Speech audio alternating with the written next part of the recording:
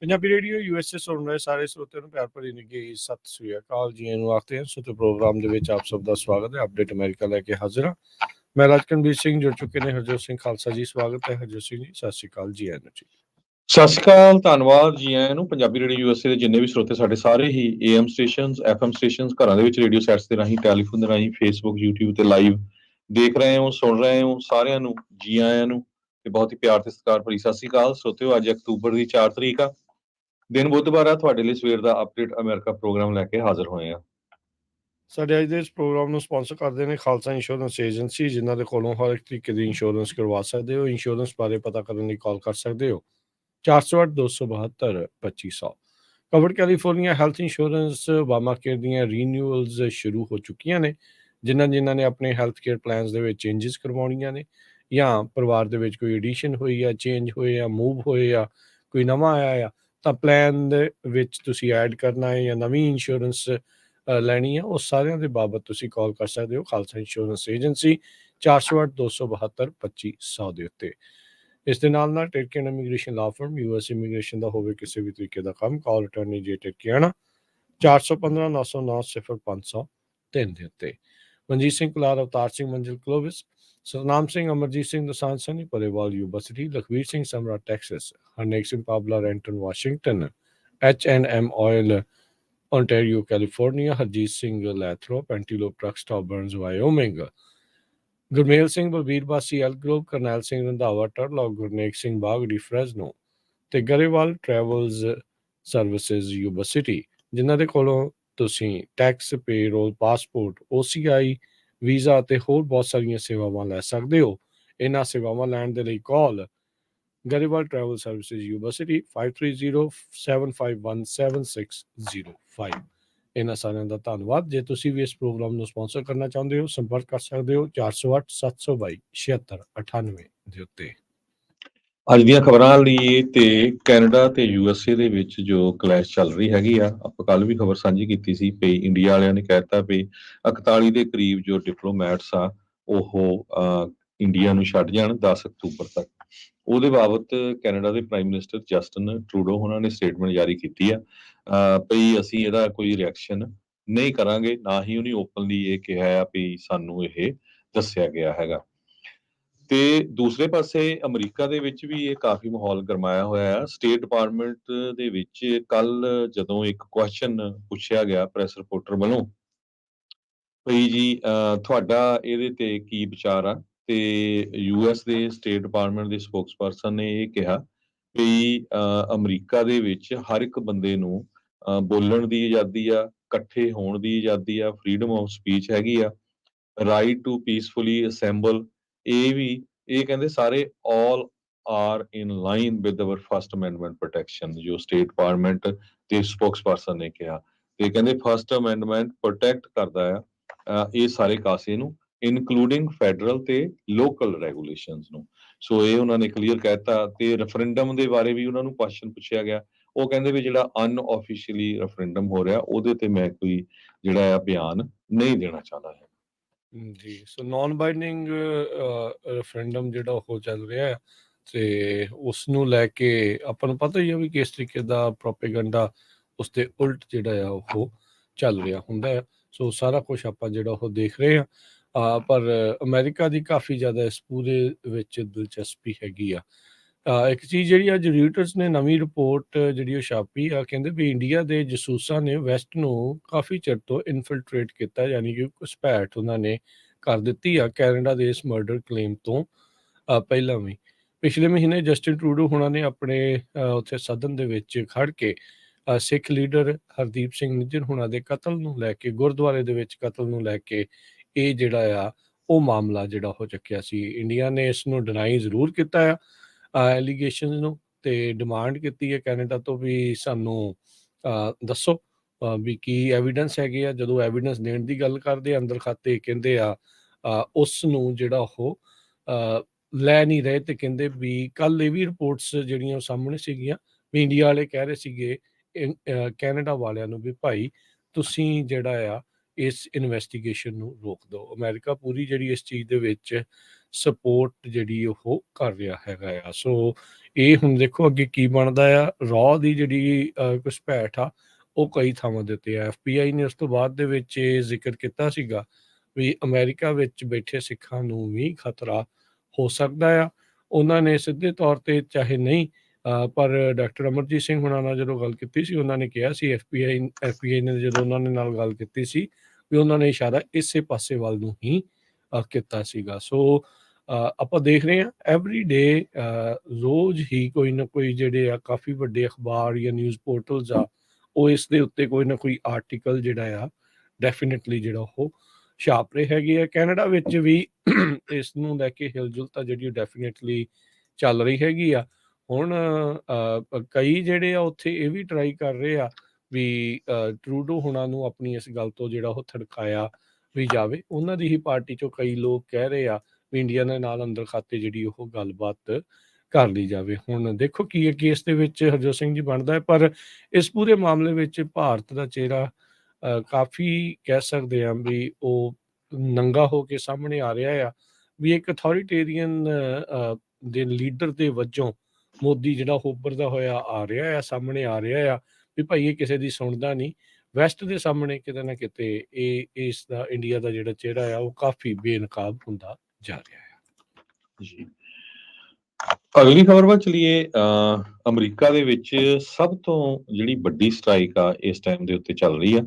ਕਾਈਜ਼ਰ ਪਰਮਾਨੈਂਟੇ ਦੇ 75,000 ਦੇ ਕਰੀਬ ਯੂਨੀਅਨ ਵਰਕਰਸ ਇਸ ਟਾਈਮ ਦੇ ਉੱਤੇ ਸਟ੍ਰਾਈਕ ਦੇ ਉੱਤੇ ਹੈਗੇ ਆ। ਪਿਛਲੇ ਆਪਾਂ ਕਈ ਦਿਨਾਂ ਤੋਂ ਦੱਸ ਰਹੇ ਸੀ ਵੀ ਡੀਲ ਉਹਨਾਂ ਦੀ ਬਣ ਨਹੀਂ ਰਹੀ ਯੂਨੀਅਨ ਦੀ ਕਾਈਜ਼ਰ ਦੇ ਨਾਲ, ਤੇ ਅੱਜ ਇਹ ਖਬਰ ਆ ਗਈ ਆ ਵੀ 75,000 ਕਾਈਜ਼ਰ ਪਰਮਾਨੈਂਟ EMPLOYEES ਉਹ ਆਲਰੇਡੀ ਉਹਨਾਂ ਨੇ ਅੱਜ ਸਵੇਰੇ 6 ਵਜੇ ਸਟ੍ਰਾਈਕ ਸ਼ੁਰੂ ਕਰ ਦਿੱਤੀ ਹੈਗੀ ਆ।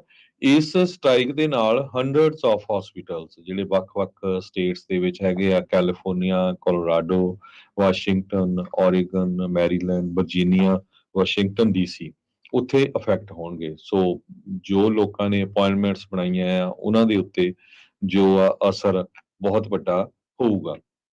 ਜੋ ਕਾਈਜ਼ਰ ਪਰਮਾਨੈਂਟੇ ਦੇ ਯੂਨੀਅਨ ਮੈਂਬਰਸ ਹੈਗੇ EMPLOYEES ਆ 24.5% ਰੇਜ਼ ਮੰਗ ਰਹੇ ਆ ਤੇ 4 ਸਾਲਾਂ ਦਾ ਜਿਹੜਾ ਕੰਟਰੈਕਟ ਮੰਗ ਰਿਹਾ ਹੈਗਾ। ਤੇ ਕਾਈਜ਼ਰ ਵਾਲਿਆਂ ਨੇ ਪਿਛਲੇ ਵੀਕਐਂਡ ਦੇ ਦੌਰਾਨ 16% ਤੋਂ ਲੈ ਕੇ 12.5% ਤੋਂ ਲੈ ਕੇ 16% ਤੱਕ ਇਨਕਰੀਜ਼ ਕਰਨ ਦੀ ਗੱਲ ਕੀਤੀ ਸੀਗੀ।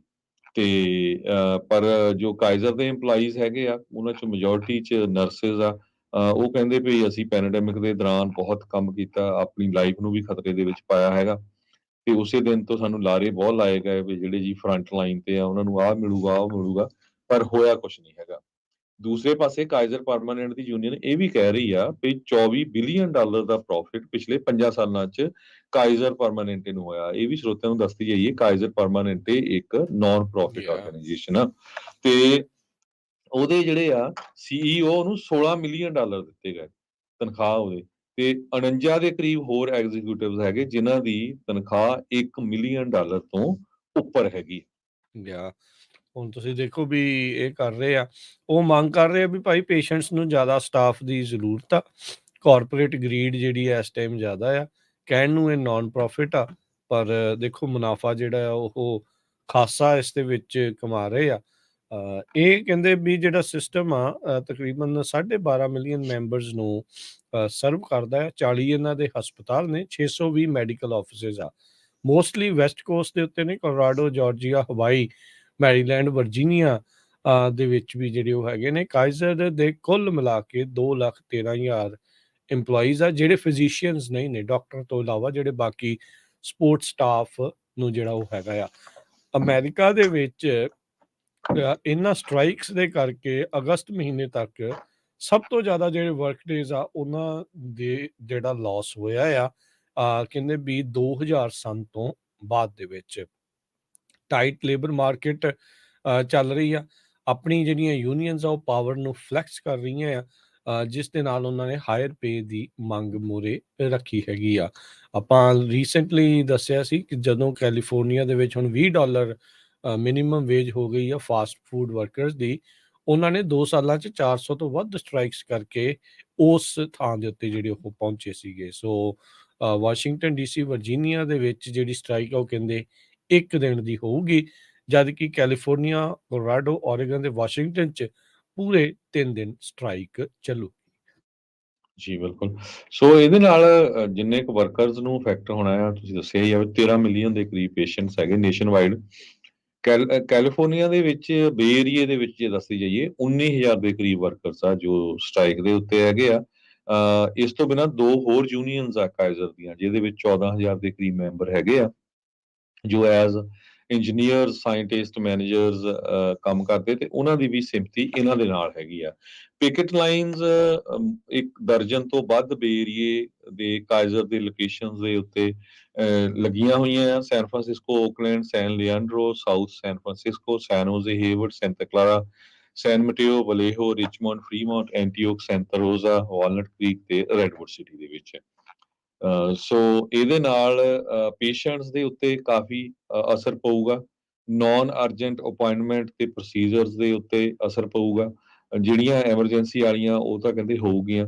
ਜੇ ਕਿਸੇ ਨੂੰ ਅਰਜੈਂਟ ਨੀਡ ਹੈਗੀ ਆ ਲੈਬ ਲਈ, ਰੇਡੀਓਲੋਜੀ ਲਈ, ਆਪਟੀਕਲ ਲੋਕੇਸ਼ਨਸ ਦੇ ਲਈ, ਤੇ ਉਹਨਾਂ ਨੇ ਆਪਣਾ ਨੰਬਰ ਦਿੱਤਾ 866 454 8855, 8664548855। ਸੋ ਇਹਦੇ ਨਾਲ ਕਹਿੰਦੇ ਵੀ ਕੋਵਿਡ ਦੇ ਜੋ ਬੂਸਟਰ ਤੇ ਫਲੂ ਸ਼ਾਟ ਲੱਗਣੇ ਆ, ਉਹਨਾਂ ਦੇ ਉੱਤੇ ਵੀ ਅਸਰ ਪਊਗਾ, ਕਿਉਂਕਿ ਉਹ ਡਿਲੇ ਹੋ ਗਏ। ਜੀ ਬਿਲਕੁਲ। ਹਰਜੋਤ ਸਿੰਘ ਜੀ, ਇਸ ਦੇ ਵਿੱਚ ਕਹਿੰਦੇ ਵੀ ਜੇ ਦੱਸਿਆ ਜਾਵੇ, ਇਹ ਸਟ੍ਰਾਈਕ 1993 ਤੋਂ ਬਾਅਦ ਦੇ ਵਿੱਚ ਪਹਿਲੀ ਵਾਰੀ ਇੰਨੀ ਵੱਡੀ ਸਟ੍ਰਾਈਕ ਹੈਲਥ ਕੇਅਰ ਵਰਕਰਸ ਦੇ ਦੁਆਰਾ ਕੀਤੀ ਜਾ ਰਹੀ ਹੈ। ਬਿਊਰੋ ਆਫ ਲੇਬਰ ਸਟੈਟਿਸਟਿਕਸ ਉਹਨਾਂ ਨੇ ਜਦੋਂ ਇਹ ਡਾਟਾ ਕਲੈਕਟ ਕਰਨਾ ਸ਼ੁਰੂ ਕੀਤਾ, ਉਹਦੇ ਵਿੱਚ ਜਿਹੜਾ ਉਹ ਦੱਸਿਆ ਆ। ਕਾਈਜ਼ਰ ਦੀਆਂ ਜਿਹੜੀਆਂ ਯੂਨੀਅਨਸ ਆ, ਉਹਨਾਂ ਨੇ ਕਿਹਾ ਵੀ ਇਨਫਲੇਸ਼ਨ ਦੇ ਕਰਕੇ EMPLOYEES ਦੀਆਂ ਜਿਹੜੀਆਂ ਸੈਲਰੀਜ਼ ਆ, ਵੇਜਿਸ ਆ, ਉਹ ਇਰੋਡ ਹੋ ਰਹੀਆਂ ਆ, ਉਹ ਖੁਰਦੀਆਂ ਜਾ ਰਹੀਆਂ। ਸਟਾਫ ਸ਼ਾਰਟੇजेस ਆ, ਬਰਨਆਊਟ ਬਹੁਤ ਜ਼ਿਆਦਾ ਹੋ ਰਿਹਾ ਹੈਗਾ ਆ। ਉਹ ਨਾਲ ਦੇ ਨਾਲ ਜਿਹੜੇ ਇੱਕ ਅਲਟਰਾਸਾਊਂਡ ਟੈਕਨੋਲੋਜਿਸਟ ਹੈਗੇ ਆ ਕਾਈਜ਼ਰ ਪਰਮਾਨੈਂਟ 'ਚ, ਸੈਕਰਾਮੈਂਟੋ 'ਚ, ਉਹ ਮੈਂਬਰ ਵੀ ਹੈਗਾ ਯੂਨੀਅਨ ਦੀ ਬਾਰਗੇਨਿੰਗ ਟੀਮ ਦੇ ਵਿੱਚ। ਉਹਨਾਂ ਨੇ ਕਿਹਾ ਵੀ ਜਿਹੜੇ ਸ਼ਾਰਟ ਸਟਾਫਿੰਗ ਆ ਉਹਦੇ ਯੂਨਿਟ ਦੇ ਵਿੱਚ, ਉਹਦੇ ਕਰਕੇ ਕਈ ਮਰੀਜ਼ਾਂ ਨੂੰ ਵਿਦਆਊਟ ਗੈਟਿੰਗ ਕੇਅਰ, ਇਲਾਜ ਕੀਤੇ ਬਗੈਰ ਉੱਥੋਂ ਉਹਨਾਂ ਨੂੰ ਵਾਪਸ ਘੱਲਣਾ ਪੈਂਦਾ ਆ। ਉਧਰ ਕਾਈਜ਼ਰ ਜਿਹੜੀ ਆ ਉਹ ਕਹਿ ਰਹੀ ਆ ਵੀ ਅਸੀਂ ਕੋਵਿਡ ਤੋਂ ਬਾਅਦ ਦੇ ਵਿੱਚ ਕਈ ਲੋਕਾਂ ਨੂੰ ਹਾਇਰ ਕੀਤਾ ਆ।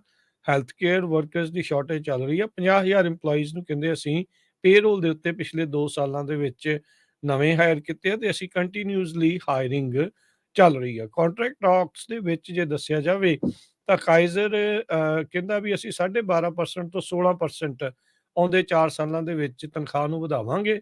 ਪਰ ਯੂਨੀਅਨ ਕਹਿ ਰਹੀ ਆ ਵੀ ਇੰਪਲੋਇਰਸ ਦੀ ਇਹ ਜਿਹੜੀ ਆਫਰ ਆ, ਉਹ ਇਨਫਲੇਸ਼ਨ, ਮਹਿੰਗਾਈ ਨੂੰ ਮਾਤ ਨਹੀਂ ਪਾਉਂਦੀ। ਅਸੀਂ ਘੱਟੋ ਘੱਟ 24.5% ਤਨਖਾਹਾਂ ਦੇ ਵਿੱਚ ਵਾਧੇ ਦੀ ਮੰਗ ਜਿਹੜੀ ਉਹ ਕਰ ਰਹੇ ਹੈਗੇ ਆ। ਸੋ ਹੁਣ ਦੇਖੋ ਅੱਗੇ ਕੀ ਬਣਦਾ ਆ। ਪਰ 75,000 ਵਰਕਰਸ ਨੇ ਇਕੱਠੇ ਜਿਹੜੀ ਆ ਸਟ੍ਰਾਈਕ ਕਰਕੇ ਇੱਕ ਵਾਰੀ ਅਮਰੀਕਾ ਨੂੰ ਕਹਿ ਸਕਦੇ ਆ ਵੀ ਹਿਲਾ ਦਿੱਤਾ ਹੈ।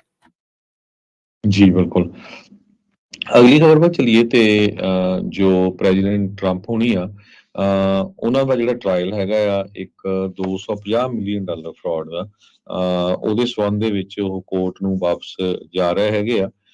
ਤੀਜਾ ਦਿਨ ਇਸ ਟ੍ਰਾਇਲ ਦਾ ਚੱਲ ਰਿਹਾ ਹੈ, ਤੇ ਉੱਥੇ ਦੇ ਜਿਹੜੇ ਜੱਜ ਆ ਉਹਨਾਂ ਨੇ ਗੈਗ ਆਰਡਰ ਜ਼ਰੂਰ ਪ੍ਰੈਜ਼ੀਡੈਂਟ ਟਰੰਪ ਉਹਨਾਂ ਦੇ ਉੱਤੇ ਲਾਏ ਹੈਗੇ ਆ। ਜੱਜ ਆਰਥਰ ਐਂਗੋਰੋਨ ਨੇ ਗੈਗ ਆਰਡਰ ਜਾਰੀ ਕੀਤੇ ਆ ਕਿ ਪ੍ਰੈਜ਼ੀਡੈਂਟ ਨੇ ਜੱਜ ਦਾ ਜੋ ਪ੍ਰਿੰਸੀਪਲ ਲਾ ਕਲਰਕ ਆ, ਉਹਨਾਂ ਦੇ ਅਗੇਂਸਟ ਜੋ ਸੋਸ਼ਲ ਮੀਡੀਆ ਆ ਉਹਦੇ ਉੱਤੇ ਕਮੈਂਟ ਪਾਏ ਸੀ। ਨਿਊਯਾਰਕ ਦੇ ਅਟਾਰਨੀ ਜਨਰਲ ਲਟੀਸ਼ੀਆ ਜੇਮਸ ਨੇ ਲਾਸੂਟ ਦੇ ਵਿੱਚ ਪ੍ਰੈਜ਼ੀਡੈਂਟ ਟਰੰਪ ਉਹਨਾਂ ਨੂੰ ਅਕਿਊਜ਼ ਕੀਤਾ ਆ ਕਿ ਉਹਨਾਂ ਦੇ 2 ਅਡਲਟ ਸਨ ਤੇ ਟਰੰਪ ਆਰਗੇਨਾਈਜੇਸ਼ਨ ਤੇ ਇਹਦੇ ਬਹੁਤ ਸਾਰੇ ਜੋ ਆਫੀਸ਼ੀਅਲਸ ਆ, ਉਹਨਾਂ ਨੇ ਫਾਲਸਲੀ ਆਪਣੇ ਜੋ ਰੀਅਲ ਸਟੇਟ ਦੀਆਂ ਪ੍ਰਾਪਰਟੀਆਂ ਆ ਉਹਨਾਂ ਨੂੰ ਓਵਰ ਵੈਲਿਊ ਕੀਤਾ।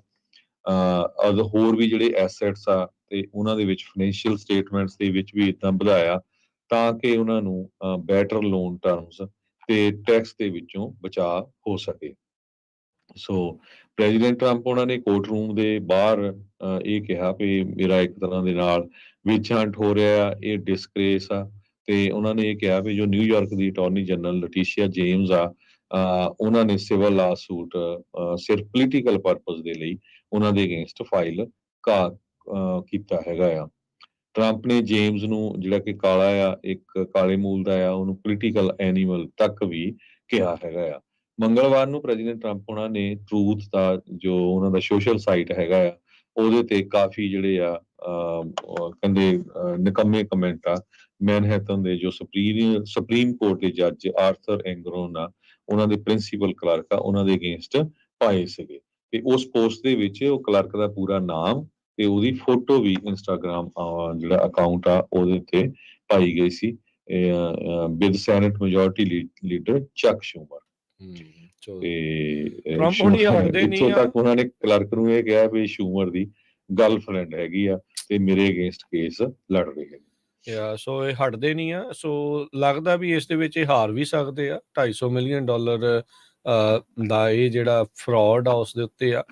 ਮਿਲੀਅਨਸ ਆਫ ਡਾਲਰ ਉਹਨਾਂ ਨੇ ਝੂਠ ਬੋਲ ਕੇ ਫਰਾਡ ਕਰਕੇ ਬੈਂਕਾਂ ਤੋਂ, ਇੰਸ਼ੋਰੈਂਸਾਂ ਤੋਂ ਜਿਹੜੇ ਉਹ ਹਥਿਆਏ ਨੇ ਹਾਸਲ ਕੀਤੇ ਆ। ਇਹ ਇਸ ਜਿਹੜੇ ਲਾਸੂਟ ਆ ਉਸ ਦੇ ਵਿੱਚ ਕਥਿਤ ਦਾਅਵੇ ਜਿਹੜੇ ਆ ਉਹ ਕੀਤੇ ਗਏ ਆ। ਸੋ ਹੁਣ ਦੇਖੋ ਕੀ ਹੁੰਦਾ ਆ। ਗੈਗ ਆਰਡਰ ਨੂੰ ਟਰੰਪ ਹੁਣੀ ਮੰਨਦੇ ਆ ਜਾਂ ਨਹੀਂ ਮੰਨਦੇ, ਇਹ ਤਾਂ ਆਉਣ ਵਾਲੇ ਸਮੇਂ ਦੇ ਵਿੱਚ ਪਤਾ ਲੱਗੂਗਾ। ਪਰ ਜਿਸ ਹਿਸਾਬ ਦੇ ਨਾਲ ਟਰੰਪ ਹੁਣੀ ਚੱਲਦੇ ਰਹੇ ਆ, ਲੱਗਦਾ ਘੱਟ ਹੀ ਆ ਵੀ ਇਹ ਹੋਊਗਾ। ਆਪਾਂ ਇਹੀ ਨਤੀਜਾ ਜਿਹੜਾ ਉਹ ਦੇਖਿਆ, ਕੈਵਿਨ ਮਕਾਰਥੀ ਵੀ ਵਿਚਾਰੇ ਇਦਾਂ ਦੀ ਹੀ ਚੀਜ਼ ਦਾ ਵਿਚਾਰੇ ਸ਼ਿਕਾਰ ਹੋ ਗਏ। ਆਪਣੀ ਹੀ ਪਾਰਟੀ ਹੱਥੋਂ ਉਹ ਇੱਕ ਇਤਿਹਾਸ ਦੇ ਵਿੱਚ ਨਾਂ ਜਿਹੜਾ ਉਹਨਾਂ ਦਾ ਅਜਿਹਾ ਜਿਹੜਾ ਉਹ ਆ ਗਿਆ, ਹਰਜੋਤ ਸਿੰਘ ਜੀ, ਵੀ ਪਹਿਲੋਂ ਕਦੀ ਨਹੀਂ ਹੋਇਆ। 100 ਸਾਲ ਪਹਿਲਾਂ ਇੱਕ ਵਾਰੀ ਟਰਾਈ ਕੀਤੀ ਗਈ ਸੀਗੀ ਤਾਂ ਉਸ ਵਿੱਚ ਪਤਾ ਲੱਗਾ ਸੀ ਉਦੋਂ ਜਿਹੜਾ ਸਪੀਕਰ ਨੂੰ ਲਾਉਣ ਦੀ ਕੋਸ਼ਿਸ਼ ਕੀਤੀ ਗਈ ਸੀ, ਪਰ ਇਹ ਪਹਿਲੀ ਵਾਰੀ ਹੋਇਆ ਕੈਵਿਨ ਮਕਾਰਥੀ ਹੁਣੀ ਨੂੰ ਰਸਤਾ ਜਿਹੜਾ ਬਾਹਰ ਦਾ ਦਿਖਾਇਆ ਗਿਆ, ਫਾਇਰ ਬੇਸਿਕਲੀ ਕਰ ਦਿੱਤਾ ਗਿਆ। ਤੇ ਫਾਇਰ ਕਰਨ ਵਾਲੇ ਕੋਈ ਹੋਰ ਨਹੀਂ, ਬਹੁਤੇ ਜਿਹੜੇ GOP ਦੇ ਜਿਹੜੇ ਹਾਰਡਲਾਈਨਰਸ ਆ ਤੇ ਉਹੀ ਇੱਕ ਗਰੁੱਪ ਚੋਂ ਆ ਰਹੇ ਨੇ ਜਿਹੜੇ ਟਰੰਪ ਹੁਣਾਂ ਦੇ ਖਾਸੇ ਜਿਹੜੇ ਸਪੋਰਟਰਸ ਆ। ਹਾਂਜੀ, ਉਹਨਾਂ ਨੇ ਫਾਇਰ ਕਰਨਾ ਸੀ, ਕਰ ਸਕਦੇ ਆ। ਤੁਸੀਂ ਮੋਸ਼ਨ ਲਿਆਉਣਾ ਸੀ, ਲਿਆ ਸਕਦੇ ਆ। ਪਰ GOP ਨੂੰ ਵੀ ਇਹ ਨਹੀਂ ਸੀ ਪਤਾ ਵੀ ਇਹ ਐਕਚੁਅਲ 'ਚ ਸਪੀਕਰਸ਼ਿਪ ਲੈ ਜਾਊਗੀ ਕੈਵਿਨ ਮਕਾਰਥੀ ਹੁਣਾਂ ਦੀ। ਬੇਕਰਸਫੀਲਡ ਦੇ ਵਿੱਚ ਇਸ ਦੇ ਉੱਤੇ ਲੈ ਕੇ ਚਰਚਾ ਇਹੀ ਜਿਹੜੀ ਚੱਲ ਰਹੀ ਆ। ਕਹਿੰਦੇ ਵੀ ਕਿਤੇ ਨਾ ਕਿਤੇ ਵਿਚਾਰੇ ਦੇ ਨਾਲ ਧੱਕਾ ਜਿਹੜਾ ਆ ਉਹ ਕਰ ਦਿੱਤਾ ਗਿਆ, ਪਰ ਕਹਿੰਦੇ ਵੀ ਅਸੀਂ ਕੈਵਿਨ ਮਕਾਰਥੀ ਹੁਣਾਂ ਦੇ ਨਾਲ ਆ। ਕੈਲੀਫੋਰਨੀਆ ਨੂੰ ਬਹੁਤ ਵੱਡਾ ਨੁਕਸਾਨ ਇਸ ਦੇ ਨਾਲ ਹੋਊਗਾ। ਦੋ ਜਿਹੜੇ ਲੀਡਰ ਆ ਪਿਛਲੇ ਹਫ਼ਤੇ ਦੇ ਵਿੱਚ ਕੈਲੀਫੋਰਨੀਆ ਦੀ ਸਿਆਸਤ ਦੇ ਵਿੱਚੋਂ ਗਾਇਬ ਹੋ ਗਏ। ਇੱਕ ਦੀ ਜਿਹੜੀ ਮੌਤ ਹੋ ਗਈ, ਡਾਇਨ ਫਾਈਨਸਟਾਈਨ ਸੈਨੇਟਰ, ਤੇ ਕੈਵਿਨ ਮਕਾਰਥੀ ਜਿਹੜੇ ਸਪੀਕਰ। ਐਡਾ ਵੱਡਾ ਅਹੁਦਾ ਜਦੋਂ ਕਿਸੇ ਸਟੇਟ ਦੇ ਪੋਲੀਟੀਸ਼ੀਅਨ ਦੇ ਕੋਲ ਹੁੰਦਾ ਆ ਤਾਂ ਉੱਥੇ ਬਹੁਤ ਸਾਰੇ ਨਵੇਂ ਪ੍ਰੋਜੈਕਟ, ਬਹੁਤ ਸਾਰੀਆਂ ਨਵੀਆਂ ਚੀਜ਼ਾਂ ਜਿਹੜੀਆਂ ਉਹ ਆਉਂਦੀਆਂ ਰਹਿੰਦੀਆਂ ਆ। ਵੈਲੀ ਫੀਵਰ ਨੂੰ ਲੈ ਕੇ ਕੈਵਿਨ ਮਕਾਰਥੀ ਹੁਣਾਂ ਨੇ ਇੱਕ ਪ੍ਰੈਸ ਕਾਨਫਰੰਸ ਕੀਤੀ ਸੀ। ਉਸ ਤੋਂ ਬਾਅਦ ਦੇ ਵਿੱਚ ਉਸ ਦੇ ਬਾਰੇ ਚਰਚਾ ਹੋਣੀ ਸ਼ੁਰੂ ਹੋ ਗਈ। ਉੱਥੇ ਫੰਡਿੰਗ ਆਉਣੀ ਜਿਹੜੀ ਉਹ ਸ਼ੁਰੂ ਹੋ ਜਾਂਦੀ ਹੈ। ਜੇ ਉਹ ਐਜ਼ ਏ ਰੈਗੂਲਰ ਰਿਪਰੈਜ਼ੈਂਟੇਟਿਵ ਦੇ ਤੌਰ ਦੇ ਉੱਤੇ ਕਰਦੇ ਤਾਂ ਸ਼ਾਇਦ ਉਹ ਗੱਲ ਨਾ ਬਣਦੀ, ਪਰ ਸਪੀਕਰ ਹੋਣ ਦੇ ਬਦੌਲਤ ਜਦੋਂ ਉਹਨਾਂ ਨੇ ਕੀਤਾ ਤੇ ਉਸ ਦਾ ਜਿਹੜਾ ਨੋਟਿਸ ਆ ਉਹ ਜ਼ਿਆਦਾ ਲਿਆ ਗਿਆ ਹੈਗਾ ਆ। ਹੁਣ ਮੈਟ ਗੇਟਸ ਉਹਨਾਂ ਨੇ ਇਹਨਾਂ ਨੂੰ ਬਾਹਰ ਦਾ ਰਸਤਾ ਤਾਂ ਦਿਖਾ ਦਿੱਤਾ, ਪਰ ਹੁਣ ਇਹ ਉਹਨਾਂ ਨੂੰ ਇਹ ਨਹੀਂ ਪਤਾ ਵੀ ਹੁਣ ਅਗਲਾ ਸਪੀਕਰ ਬਣੂਗਾ ਕੌਣ, ਹੋਊਗਾ ਇਸ ਦੇ ਵਿੱਚ ਕੀ। ਸੋ ਇਹ ਹੁਣ ਦੇਖੋ ਕੀ ਹੁੰਦਾ ਹੈ। ਪੈਟਰਿਕ ਮੈਕਹੈਨਰੀ ਜਿਹੜੇ ਨੇ ਉਹ ਹੁਣ ਇੰਟਰਮ ਕਾਰਜਕਾਰੀ ਹਾਊਸ ਸਪੀਕਰ ਦੀ ਭੂਮਿਕਾ ਜਿਹੜੀ ਆ ਉਹ ਨਿਭਾ ਰਹੇ ਆ। ਸੋ ਇਹ ਕਾਂਗਰਸਮੈਨ ਹੈਗੇ ਨੇ ਨਾਰਥ ਕੈਰੋਲੀਨਾ ਤੋਂ। ਇਹ ਮੰਗਲਵਾਰ ਨੂੰ ਸਪੀਕਰ ਪ੍ਰੋ ਟੈਂਪੋਰ ਜਿਹੜੇ ਆ ਉਹ ਬਣੇ ਤੇ ਉਹਨਾਂ ਨੂੰ ਹੁਣ ਜਿਹੜਾ ਕਾਰਜਕਾਰੀ ਸਪੀਕਰ ਦੇ ਤੌਰ ਦੇ ਉੱਤੇ ਆ। ਜਿੰਨੀ ਦੇਰ ਤੱਕ ਸਪੀਕਰ ਨਹੀਂ ਬਣਦਾ ਉਨੀ ਦੇਰ ਤੱਕ ਇਹ ਦੱਸਦੇ ਜਾਈਏ ਕਾਂਗਰਸ ਕੰਮ ਨਹੀਂ ਕਰ ਸਕਦੀ। ਸੋ US ਹਾਊਸ ਆਫ ਰਿਪਰੈਜ਼ੈਂਟੇਟਿਵ ਉਸ ਤੋਂ ਬਗੈਰ ਜਿੰਨੀ ਦੇਰ ਤੱਕ ਸਪੀਕਰ ਬਣਦਾ ਨਹੀਂ ਆ ਉਹ ਆਪਣੇ ਜਿਹੜੇ ਕਾਰਜ ਆ ਉਹ ਅੱਗੇ ਜਿਹੜੀ ਉਹ ਨਹੀਂ ਵਧਾ ਸਕਦੀ। ਆਪਾਂ ਦੇਖਿਆ ਸੀ ਜਦੋਂ ਨਵੀਂ ਕਾਂਗਰਸ ਹਰਜੋਤ ਸਿੰਘ ਜੀ ਬਣੀ ਸੀ, 14-15 ਵਾਰੀ ਵੋਟ ਕਰਾਉਣੀ ਪਈ ਸੀ, ਫਿਰ ਜਾ ਕੇ ਕੈਵਿਨ ਮਕਾਰਥੀ ਹੁਣਾਂ ਨੂੰ ਸਪੀਕਰ ਬਣਾਇਆ ਗਿਆ। ਉਹਨਾਂ ਨੇ ਫਰੀडम ਕਾਕਸ ਦੇ ਨਾਲ ਨੈਗੋਸ਼ੀਏਟ ਕੀਤਾ, ਡੀਲ ਬਣਾਈ ਤੇ ਉਹਨਾਂ ਨੇ ਹੀ ਹੁਣ ਇਵੈਂਚੁਅਲੀ ਉਹਨਾਂ ਨੂੰ ਇੱਕ ਹਿਸਾਬ ਦੇ ਨਾਲ ਬਾਹਰ ਦਾ ਰਸਤਾ ਜਿਹੜਾ ਉਹ ਦਿਖਾਇਆ ਹੈਗਾ ਆ। ਸੋ ਲੈਟਸ ਸੀ ਕੀ ਜਿਹੜਾ ਉਹ ਬਣਦਾ ਆ। ਪਰ ਜਿਹੜੀ ਸਿਆਸੀ ਆ ਉਹ ਉਥਲ ਪੁਥਲ ਖਾਸੀ ਜਿਹੜੀ ਉਹ ਹੋ ਚੁੱਕੀ। ਤੇ ਜੋ ਇੰਟਰਮ ਸਪੀਕਰ ਬਣਾਏ ਗਏ ਆ ਉਹਨਾਂ ਨੇ ਆਉਂਦਿਆਂ ਨੇ ਨੈਂਸੀ ਪਲੋਸੀ ਜੋ ਸਾਬਕਾ ਹਾਊਸ ਸਪੀਕਰ ਆ ਉਹਨਾਂ ਨੂੰ ਈਮੇਲ ਕਰ ਦਿੱਤੀ ਵੀ ਜਿਹੜਾ ਆਪਣਾ ਆਫਿਸ ਆ ਉਹ ਜਲਦੀ ਤੋਂ ਜਲਦੀ ਖਾਲੀ ਕਰ ਦਿੱਤਾ ਜਾਵੇ। ਜੀਓਪੀ ਰਿਪਰੈਜ਼ੈਂਟੇਟਿਵ ਪੈਟਰਿਕ ਹੈਨਰੀ ਜੋ ਨਾਰਥ ਕੈਰੋਲੀਨਾ ਤੋਂ ਹੈਗੇ ਆ, ਉਹਨਾਂ ਨੇ ਇਹ ਈਮੇਲ ਕੱਢੀ ਹੈਗੀ ਆ। ਜੋ ਨੈਂਸੀ ਪਲੋਸੀ ਆ ਉਹ ਕੈਨਨ ਹਾਊਸ ਆਫਿਸ ਬਿਲਡਿੰਗ ਦੇ ਵਿੱਚ ਆਪਣਾ ਰੈਗੂਲਰ ਆਫਿਸ ਮੇਨਟੇਨ ਕਰਦੇ ਆ। ਕੱਲ ਸ਼ਾਮੀ 6 ਵਜੇ ਦੇ ਕਰੀਬ ਈਮੇਲ ਭੇਜੀ ਗਈ ਤੇ ਉਹਦੇ ਵਿੱਚ ਉਹਨਾਂ ਨੇ ਕਿਹਾ we going to resign H132 for speaker office use, please vacate the space tomorrow. ਤੇ ਅੱਜ ਤੱਕ ਵੀ ਕੱਢ ਦੋ। ਦੂਸਰੇ ਪਾਸੇ ਨੈਂਸੀ ਪਲੋਸੀ ਨੇ ਇਹ ਕਿਹਾ ਵੀ ਮੈਂ ਡਾਇਨ ਫਾਈਨਸਟਾਈਨ ਦੀ ਮੌਤ ਦੇ ਸੰਬੰਧ ਦੇ ਵਿੱਚ ਕੈਲੀਫੋਰਨੀਆ 'ਚ ਆ ਤੇ ਇੰਨੀ ਜਲਦੀ ਜਿਹੜਾ ਆਫਿਸ ਆ ਉਹ ਵਕੇਟ ਕਰਨਾ, ਉਹਨੂੰ ਖਾਲੀ ਕਰਨਾ ਔਖਾ ਹੈਗਾ ਆ। ਤੇ ਇਸ ਟਾਈਮ ਦੇ ਉੱਤੇ ਵੀ ਜਿਹੜੀਆਂ ਮੇਰੀਆਂ ਬਿਲੋਂਗਿੰਗਸ ਹੈਗੀਆਂ ਮੈਂ ਉੱਥੋਂ ਰਿਮੂਵ ਨਹੀਂ ਕਰ ਸਕਦੀ ਹੈਗੀ। ਸੈਨੇਟਰ ਫਾਈਨਸਟਾਈਨ ਜੋ ਲਗਭਗ 3 ਦਹਾਕੇ ਸੈਨੇਟ ਦੇ ਵਿੱਚ longest service female US senator ਰਹੇ ਆ, ਉਹਨਾਂ ਦੀ ਮੌਤ ਪਿਛਲੇ ਹਫਤੇ ਹੋ ਗਈ ਸੀ। 90 ਸਾਲਾਂ ਦੀ ਉਹਨਾਂ ਦੀ ਉਮਰ ਸੀਗੀ ਤੇ ਜੋ ਸੈਨ ਫਰਾਂਸਿਸਕੋ ਸਿਟੀ ਹਾਲ ਆ ਉੱਥੇ ਉਹਨਾਂ ਦੀ ਜਿਹੜੀ ਆ ਦੇਹ ਆ ਉਹਨੂੰ ਰੱਖਿਆ ਗਿਆ ਆ। ਤੇ ਉਹ ਕੱਲ ਨੂੰ ਉਹਨਾਂ ਦਾ ਜਿਹੜਾ ਫਿਊਨਰਲ ਹੋਣਾ ਹੈਗਾ ਆ। ਨੈਂਸੀ ਪਲੋਸੀ ਨੇ ਆਪਣੀ ਸਟੇਟਮੈਂਟ 'ਚ ਇਹ ਕਿਹਾ ਵੀ ਜਿਹੜੀ ਮੇਰੀ eviction ਹੈਗੀ ਆ ਇਹ ਟ੍ਰੈਡੀਸ਼ਨ ਤੋਂ ਬਿਲਕੁਲ ਉਲਟ ਹੈਗੀ ਆ। ਕਹਿੰਦੀ ਵੀ ਜਦੋਂ ਮੈਂ ਸਪੀਕਰ ਸੀ ਤੇ ਉਸ ਟਾਈਮ ਦੇ ਉੱਤੇ ਜਿਹੜਾ ਸਾਬਕਾ ਸਪੀਕਰ ਹੈਸਟਰਡ ਸੀਗਾ ਉਹਨੂੰ ਮੈਂ ਇੱਕ ਵੱਡਾ ਸਿਊਟ ਵੀ ਦਿੱਤਾ ਸੀ, ਆਫਿਸ ਸਿਊਟ, ਜਿਹਦੇ ਵਿੱਚ ਉਹ ਆਪਣਾ ਕਾਫੀ ਲੰਮਾ ਸਮਾਂ ਕੰਮ ਵੀ ਕਰਦੇ ਰਹੇ। ਈਵਨ ਦੋ ਕਹਿੰਦੀ ਵੀ ਮੇਰੀ ਜਿਹੜੀ ਸਪੇਸ ਆ ਇਹ ਮੈਨੂੰ ਮੈਟਰ ਨਹੀਂ ਕਰਦੀ, ਉਹਨਾਂ ਨੂੰ ਸ਼ਾਇਦ ਜ਼ਿਆਦਾ ਇੰਪੋਰਟੈਂਟ ਹੋਊਗੀ, ਪਰ ਜੋ ਰਿਪਬਲਿਕਨ ਪਾਰਟੀ ਦੀ ਲੀਡਰਸ਼ਿਪ ਆ ਇਹਨਾਂ ਨੇ ਇੱਕ ਨਵਾਂ ਇੰਪੋਰਟੈਂਟ ਮੈਟਰ ਜਿਹੜਾ ਆ ਇਹ ਹੁਣ ਲੈ ਕੇ ਆਂਦਾ ਹੈਗਾ ਆ ਵੀ ਕਿਸ ਤਰ੍ਹਾਂ ਜਿਹੜਾ ਸਾਡਾ ਜਿਹੜਾ ਆ ਸਾਨੂੰ ਤੰਗ ਕਰਨਾ ਹੈਗਾ ਡੈਮੋਕ੍ਰੇਟਸ ਨੂੰ। ਤੇ ਹਾਊਸ ਰਿਪਬਲਿਕਨ ਲੀਡਰਸ਼ਿਪ ਨੇ ਤੁਹਾਨੂੰ ਪਤਾ ਹੀ ਆ, ਜਿਸ ਤਰ੍ਹਾਂ ਪਹਿਲਾਂ ਦੱਸਿਆ ਹੀ ਆ, ਕੈਮਰਨ ਮਕਾਰਥੀ ਉਹਨਾਂ ਨੂੰ ਟੇਕ ਆਊਟ ਕਰ ਦਿੱਤਾ ਸੀ। ਸੋ ਇੰਟਰਮ ਸਪੀਕਰ ਜੋ ਆ ਉਹ ਇਸ ਟਾਈਮ ਹਾਊਸ ਦੇ ਵਿੱਚ ਬਣੇ ਹੈਗੇ ਆ ਤੇ ਪੈਟਰਿਕ ਮੈਕਹੈਨਰੀ ਜੋ ਨਾਰਥ ਕੈਰੋਲੀਨਾ ਤੋਂ। ਜਦੋਂ ਮਕਾਰਥੀ ਹੋਣਾ ਦੇ ਉਲਟੇ ਮੋਸ਼ਨ ਆਇਆ ਸੀ ਹਾਊਸ ਦੇ ਵਿੱਚ ਇਹ ਰੂਲ ਆ ਵੀ ਉਹਨਾਂ ਨੂੰ ਇੱਕ ਕੌਨਫੀਡੈਂਸ਼ੀਅਲ ਗੁਪਤ ਲਿਸਟ ਜਿਹੜੀ ਉਹ ਦੇਣੀ ਪੈਂਦੀ ਹੈ ਮਕਾਰਥੀ ਹੋਣਾ ਨੂੰ, ਵੀ ਜੇ ਉਹਨਾਂ ਨੂੰ ਲਾ ਦਿੱਤਾ ਜਾਂਦਾ ਹੈ ਤੇ ਉਹਨਾਂ ਦੀ ਥਾਂ ਦੇ ਉੱਤੇ ਕੌਣ ਹੋਊਗਾ। ਮੈਕਹੈਨਰੀ ਮਕਾਰਥੀ ਹੋਣਾ ਦੇ ਖਾਸੇ ਪੁਰਾਣੇ ਜਿਹੜੇ ਮਿੱਤਰ ਦੱਸੇ ਜਾਂਦੇ ਆ। ਜਦੋਂ ਕੈਲੀਫੋਰਨੀਆ ਦੇ ਇਸ ਲੀਡਰ ਨੂੰ ਸਪੀਕਰਸ਼ਿਪ ਮਿਲਣੀ ਸੀ ਉਦੋਂ ਇਹਨਾਂ ਨੇ ਨੈਗੋਸ਼ੀਏਟ ਕੀਤਾ ਸੀ ਫਰੀडम ਕਾਕਸ ਦੇ ਨਾਲ, ਮੈਕਹੈਨਰੀ ਹੋਣਾ ਨੇ ਮਕਾਰਥੀ ਦੇ ਨਾਲ। ਸੋ ਇਹ ਟੌਪ ਨੈਗੋਸ਼ੀਏਟਰ ਸੀਗੇ ਹਾਊਸ ਰਿਪਬਲਿਕਨਸ ਦੇ ਲਈ ਵੀ। ਜਿਹੜਾ ਵਾਈਟ ਹਾਊਸ ਦੇ ਨਾਲ ਐਗਰੀਮੈਂਟ ਬਣਾਇਆ ਗਿਆ ਡਿਫਾਲਟ ਹੋਣ ਤੋਂ ਵੀ ਯੂਐਸ ਜਿਹੜਾ ਡਿਫਾਲਟ ਨਾ ਹੋਵੇ, ਪਹਿਲੀ ਵਾਰੀ ਇਹ ਨੌਬਤ ਜਿਹੜੀ ਉਹ ਆਈ ਸੀ, ਉਦੋਂ ਵੀ ਮੈਕਹੈਨਰੀ ਮਕਾਰਥੀ ਹੋਣਾ ਦੀ ਸੱਜੀ ਬਾਂਹ ਬਣ ਕੇ ਉੱਥੇ ਕੰਮ ਕਰ ਰਹੇ ਸੀਗੇ। 2000 ਦੇ presidential campaign George W Bush ਦੇ ਵਿੱਚ ਮੈਕਹੈਨਰੀ ਨੇ ਕੰਮ ਕੀਤਾ ਸੀਗਾ। ਫਿਰ ਇਹਨਾਂ ਨੂੰ ਸਪੈਸ਼ਲ ਅਸਿਸਟੈਂਟ ਲਾਇਆ ਗਿਆ ਸੀ ਲੇਬਰ ਸਕੱਤਰ ਦੇ ਅੰਡਰ 2001 ਦੇ ਵਿੱਚ, ਤੇ ਫਿਰ 2002 ਦੇ ਵਿੱਚ ਇਹ ਪਹਿਲੀ ਵਾਰੀ ਸਟੇਟ ਤੋਂ ਇਲੈਕਟ ਹੋ ਕੇ ਨਾਰਥ ਕੈਰੋਲੀਨਾ ਦੇ ਵਿੱਚ ਆਏ ਸੀ। 2004 'ਚ ਉਮਰ ਮਹਿਜ ਇਹਨਾਂ ਦੀ 29 ਸਾਲ ਸੀ ਜਦੋਂ ਇਹ ਕਾਂਗਰਸ ਦੇ ਲਈ ਪਹੁੰਚੇ ਸੀਗੇ। ਉਦੋਂ ਸਟੇਟ ਹਾਊਸ 2002 'ਚ ਤੇ ਫਿਰ ਕਾਂਗਰਸ ਦੇ ਵਿੱਚ 29 ਸਾਲ ਦੀ ਉਮਰ ਦੇ ਵਿੱਚ ਆਏ ਆ। ਇਹ ਵਨ ਆਫ ਦਾ ਕਹਿੰਦੇ ਵੀ ਉਸ ਟਾਈਮ ਦੇ ਉੱਤੇ ਯੰਗੈਸਟ ਲਾਅ ਮੇਕਰ ਸੀਗੇ ਜਦ ਇਹਨਾਂ ਨੇ ਆਪਣੀ ਜਿਹੜੀ ਇਲੈਕਸ਼ਨ ਜਿੱਤੀ ਸੀ।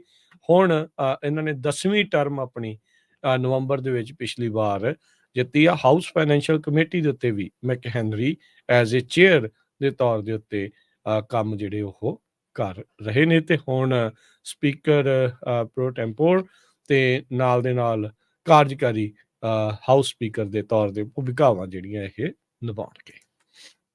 ਜੀ ਇੱਕ ਬ੍ਰੇਕ ਲੈਂਦੇ ਹਾਂ, ਬ੍ਰੇਕ ਤੋਂ ਬਾਅਦ ਮੁੜ ਕੇ ਫਿਰ ਵਾਪਸ ਹਾਜ਼ਰ ਹੁੰਦੇ ਆ। ਕੁਛ ਜਿਹੜੇ ਸਟੂਡੈਂਟ ਬੋਰੋਵਰ ਸੀਗੇ ਉਹਨਾਂ ਦੇ ਡੈਟ ਨੂੰ ਹੋਰ ਮਾਫ ਕੀਤਾ ਗਿਆ, ਕੌਣ ਆ, ਕਿਹਨੂੰ ਫਾਇਦਾ ਹੋਊਗਾ, ਉਸ ਬਾਰੇ ਗੱਲ ਕਰਾਂਗੇ। ਤੇ ਅੱਜ ਦੁਪਹਿਰ 2:20 ਦੇ ਉੱਤੇ ਪੂਰੇ ਅਮਰੀਕਾ ਦੇ ਵਿੱਚ ਇੱਕ ਸਪੈਸ਼ਲ ਚੀਜ਼ ਹੋਣ ਜਾ ਰਹੀ ਆ, ਉਸ ਦੇ ਬਾਰੇ ਤੁਹਾਨੂੰ ਜਾਣਕਾਰੀਆਂ ਦੇਵਾਂਗੇ। ਮਿਲਦੇ ਆ ਇੱਕ ਬ੍ਰੇਕ ਤੋਂ ਬਾਅਦ 'ਚ।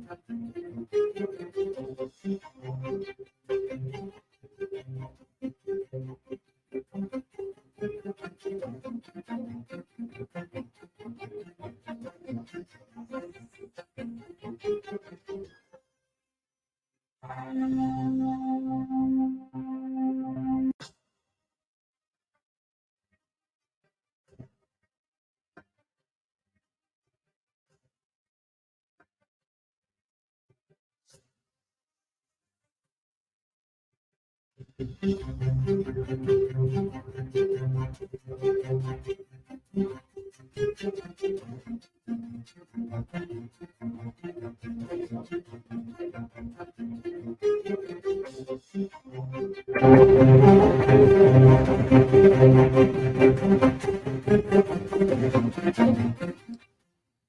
तो बाद एक बारी फिर आप सबका स्वागत है। सो तो प्रोग्राम चल रहा है जी अपडेट अमेरिका। हरजोत ਸਿੰਘ ਜੀ ਆਇਆਂ ਨੂੰ ਇੱਕ ਵਾਰੀ ਫਿਰ ਸਤਿ ਸ਼੍ਰੀ ਅਕਾਲ, ਸਵਾਗਤ ਹੈ ਜੀ।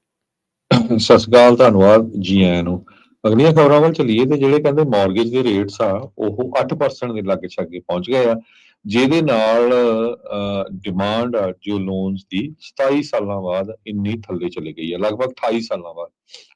ਕਹਿੰਦੇ ਬਈ ਇਸੇ ਤਰ੍ਹਾਂ ਜੋ ਹੋਮ ਪਰਚੇਜ਼ ਦੀ ਜਿਹੜੀ ਲੋਕਾਂ ਦੇ ਕੋਲ ਪਾਵਰ ਹੈਗੀ ਆ ਉਹ ਘਟ ਰਹੀ ਆ, ਕਿਉਂਕਿ ਇੰਟਰਸਟ ਰੇਟ ਇੰਨਾ ਜ਼ਿਆਦਾ ਵੱਧ ਗਿਆ, ਜੇ 8% ਦੇ ਲਾਗੇ ਛਾਗੇ ਹੋ ਗਿਆ ਤੇ ਨੈਚੁਰਲੀ ਘਰਾਂ ਦੀਆਂ ਜਿਹੜੀਆਂ ਪ੍ਰਾਈਸਿਸ ਆ ਉਹ ਕਾਫੀ ਡਾਊਨ ਜਾਣਗੀਆਂ। ਸੋ ਇਸ ਟਾਈਮ ਜੋ 30 ਈਅਰ ਮਾਰਗੇਜ ਰੇਟ ਜੋ 7,26,000 ਤੋਂ ਥੱਲੇ ਲੋਨ ਆ ਉਹਨਾਂ ਦਾ 7.53 ਦੇ ਲਾਗੇ ਛਾਗੇ ਆ।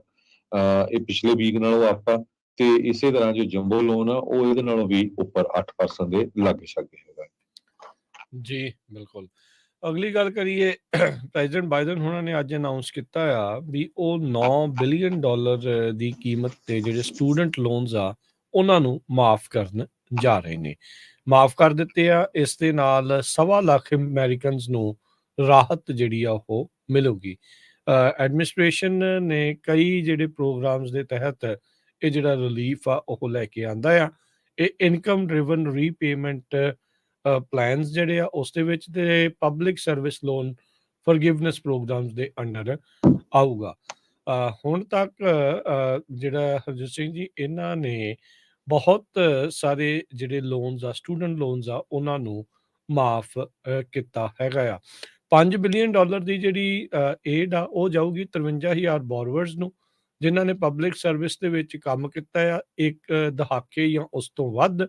ਉਹਨਾਂ ਨੂੰ ਉਹਨਾਂ ਦੇ ਲੋਨਾਂ ਨੂੰ ਜਿਹੜੀ ਉਹ ਏਡ ਮਿਲੂਗੀ, ਮਾਫੀ ਜਿਹੜੀ ਹੋ ਸਕਦੀ ਆ।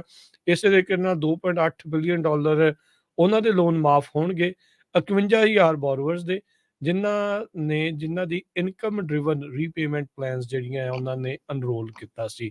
ਇਸੇ ਤਰੀਕੇ ਦੇ ਨਾਲ $1.2 ਬਿਲੀਅਨ ਉਹਨਾਂ ਦੇ ਲੋਨ ਕੈਂਸਲ ਹੋ ਰਹੇ ਆ ਜਿਹੜੇ ਡਿਸੇਬਿਲਿਟੀਜ਼ ਤੋਂ ਪੀੜਤ ਨੇ। ਇਹ ਤਕਰੀਬਨ 22,000 ਬੋਰਵਰਸ ਬਣਦੇ ਨੇ। ਸੋ ਬਾਈਡਨ ਹੋਣਾ ਨੇ ਕਹਿੰਦੇ ਵੀ ਕਿਸੇ ਵੀ ਪ੍ਰੀਵੀਅਸ ਪ੍ਰੈਜ਼ੀਡੈਂਟ ਦੇ ਹਿਸਾਬ ਦੇ ਨਾਲ ਸਭ ਤੋਂ ਜ਼ਿਆਦਾ ਜਿਹੜੇ ਸਟੂਡੈਂਟ ਲੋਨਸ ਦਾ ਕਰਜ਼ਾ ਆ ਉਸ ਨੂੰ ਮਾਫ ਕੀਤਾ ਹੈਗਾ ਆ। ਲੇਟੈਸਟ ਫੋਰਗਿਵਨੈਸ ਇਹ ਉਦੋਂ ਆਈ ਆ ਜਦੋਂ ਕੁਝ ਮਹੀਨੇ ਪਹਿਲਾਂ ਸੁਪਰੀਮ ਕੋਰਟ ਨੇ ਬਾਈਡਨ ਹੋਣਾ ਦਾ ਜਿਹੜਾ $20,000 ਤੇ $10,000 ਦਾ ਸਟੂਡੈਂਟ ਲੋਨ ਮਾਫ ਕਰਨ ਦਾ ਅਮਰੀਕਨਸ ਦਾ ਜਿਹੜਾ ਉਹ ਉਸ ਨੂੰ ਨਾ ਜਿਹੜੀ ਉਹ ਕਰ ਦਿੱਤੀ ਸੀਗੀ। ਸੋ ਡਿਪਾਰਟਮੈਂਟ ਆਫ ਐਜੂਕੇਸ਼ਨ ਕਹਿੰਦੇ ਕੋਈ ਵੀ ਅਮਾਊਂਟ ਨੂੰ ਕੈਂਸਲ ਜਿਹੜਾ ਉਹ ਕਰ ਸਕਦਾ ਆ, ਚਾਹੇ ਸਾਰਾ ਕਰ ਦੇ ਚਾਹੇ ਜਿਹੜਾ ਉਹ ਥੋੜਾ ਕਰ ਦੇਵੇ। ਫੈਡਰਲ ਸਟੂਡੈਂਟ ਲੋਨ ਦੀਆਂ ਪੇਮੈਂਟਸ 1 ਅਕਤੂਬਰ ਤੋਂ ਹੁਣ ਮੁੜ ਕੇ ਚਾਲੂ ਹੋ ਚੁੱਕੀਆਂ ਆ। ਤਕਰੀਬਨ 3 ਸਾਲ ਤੱਕ ਇਹਨਾਂ ਦੇ ਉੱਤੇ ਜਿਹੜੀ ਆ ਉਹ ਰੋਕ ਲੱਗੀ ਸੀ। ਉਹ ਅੱਗੇ ਪੋਸਟਪੋਨ ਹੁੰਦੀਆਂ ਗਈਆਂ ਸੀਗੀਆਂ ਵੀ ਤੁਹਾਨੂੰ ਪੇਮੈਂਟ ਕਰਨ ਦੀ ਜ਼ਰੂਰਤ ਨਹੀਂ ਆ, ਪਰ ਹੁਣ 1 ਅਕਤੂਬਰ ਤੋਂ ਦੁਬਾਰਾ ਸਾਰੇ ਜਿਨ੍ਹਾਂ ਦੇ ਸਟੂਡੈਂਟ ਲੋਨਸ ਅਜੇ ਪਏ ਨੇ ਉਹਨਾਂ ਦੀਆਂ ਪੇਮੈਂਟਸ ਜਾਣੀਆਂ ਜਿਹੜੀਆਂ ਹੁਣ ਸ਼ੁਰੂ ਹੋ ਜਾਣਗੀਆਂ ਜੀ। ਜੋ ਨਵੇਂ ਜੌਬ ਗਰੋਥ ਦੇ ਫੈਕਟਰ ਆਏ ਆ ਉਹਨਾਂ ਦੇ ਮੁਤਾਬਕ ਪ੍ਰਾਈਵੇਟ ਸੈਕਟਰ ਦੇ ਵਿੱਚ ਜਿਹੜੀ ਜੌਬ ਗਰੋਥ ਆ ਉਹ ਜੋ ਐਕਸਪੈਕਟੇਸ਼ਨ ਸੀਗੀ ਉਹ ਤੋਂ ਕਿਤੇ ਘੱਟ ਆਈ ਹੈਗੀ ਆ। ADP ਨੇ ਜੋ ਡਾਟਾ ਜਾਰੀ ਕੀਤਾ ਹੈਗਾ, US ਦੀ ਇਕਨੋਮੀ ਨੇ 99,000 ਪ੍ਰਾਈਵੇਟ ਸੈਕਟਰ ਜੌਬਸ ਸਤੰਬਰ ਮਹੀਨੇ ਦੇ ਵਿੱਚ ਐਡ ਕੀਤੀਆਂ ਆ। ਡਾਓ ਜੋਨ ਇੰਡਸਟਰੀਅਲ ਐਕਸਪੈਕਟ ਕਰ ਰਿਹਾ ਸੀ more than double 1,60,000 jobs. Number of ਅਗਸਤ ਦੇ ਵਿੱਚ ਜਿਹੜੀਆਂ ਜੌਬਸ ਆ ਉਹ 1,80,000 ਦੇ ਕਰੀਬ ਐਡ ਹੋਈਆਂ ਸੀ। ਸੋ ਇਸੇ ਕਰਕੇ ਜਿਹੜਾ ਸਟਾਕ ਮਾਰਕੀਟ ਦੇ ਉੱਤੇ ਵੀ ਕਾਫੀ ਜਿਹੜਾ ਵੱਡਾ ਝਟਕਾ ਲੱਗ ਰਿਹਾ ਹੈਗਾ ਆ। ਦੂਸਰੇ ਪਾਸੇ ਇਹ ਵੀ ਖਬਰ ਆ ਰਹੀ ਆ ਕਿ ਸੈਂਟਰਲ ਬੈਂਕ ਨੇ ਜੇ ਰਿਸੈਸ਼ਨ ਤੋਂ ਅਮਰੀਕਾ ਨੂੰ ਬਚਾਉਣਾ ਆ ਤਾਂ ਜਿਹੜਾ ਉਹਨਾਂ ਦਾ 2% ਇਨਫਲੇਸ਼ਨ ਦਾ ਟਾਰਗੇਟ ਆ ਉਹਨੂੰ ਰਿਲੈਕਸ ਕਰਨਾ ਪਊਗਾ, ਮਤਲਬ ਵੀ ਉਹ ਵਧਾਉਣਾ ਪਊਗਾ, ਕਿਉਂਕਿ ਜੇ ਕਹਿੰਦੇ ਵੀ ਉੱਥੇ ਜਾਣਾ ਆ ਜਿਸ ਹਿਸਾਬ ਦੇ ਨਾਲ ਸ਼ਾਰਪ ਰਾਈਜ਼ ਹੋਇਆ, ਬਹੁਤ ਤੇਜ਼ੀ ਦੇ ਨਾਲ ਇੰਟਰਸਟ ਰੇਟ ਦੇ ਵਿੱਚ ਵਾਧਾ ਹੋਇਆ ਹੈਗਾ ਤੇ ਇਹ ਇਕਨੋਮੀ ਨੂੰ ਬਹੁਤ ਵੱਡਾ ਜਿਹੜਾ ਝਟਕਾ ਆ ਉਹ ਦਊਗਾ। ਆਪਾਂ ਦੇਖ ਹੀ ਰਹੇ ਜਿੱਦਾਂ ਮੈਂ ਪਹਿਲਾਂ ਡਿਸਕਸ ਕੀਤਾ ਸੀ ਰੀਅਲ ਸਟੇਟ ਤੇ ਮੌਰਗੇਜ ਮਾਰਕੀਟ ਦੇ ਵਿੱਚ। ਸੋ ਇਸੇ ਤਰ੍ਹਾਂ ਕ੍ਰੈਡਿਟ ਕਾਰਡ ਦੇ ਵਿੱਚ, ਆਟੋ ਇੰਡਸਟਰੀ ਦੇ ਵਿੱਚ ਸਾਰਾ ਕੁਛ ਜਿਹੜਾ ਆ ਉਹਦੇ ਤੇ ਬਹੁਤ ਵੱਡਾ ਜਿਹੜਾ ਅਸਰ ਪਊਗਾ। ਜੀ।